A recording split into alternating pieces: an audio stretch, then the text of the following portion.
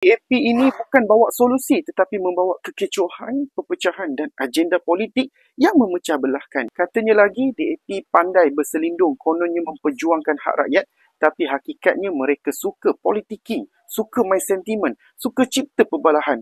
Sebab itu katanya Sarawak lebih tenang sebab DAP tak masuk campur. Dan yang lebih menarik lagi, Dr. Sim juga pesan pada gabungan Parti Sarawak supaya jangan leka. Bahaya bukan datang dari luar je. Kadang-kadang yang duduk satu rumah pun boleh jadi duri dalam daging. Ini bukan cakap kosong, ini adalah isyarat jelas Sarawak mahu berdikari.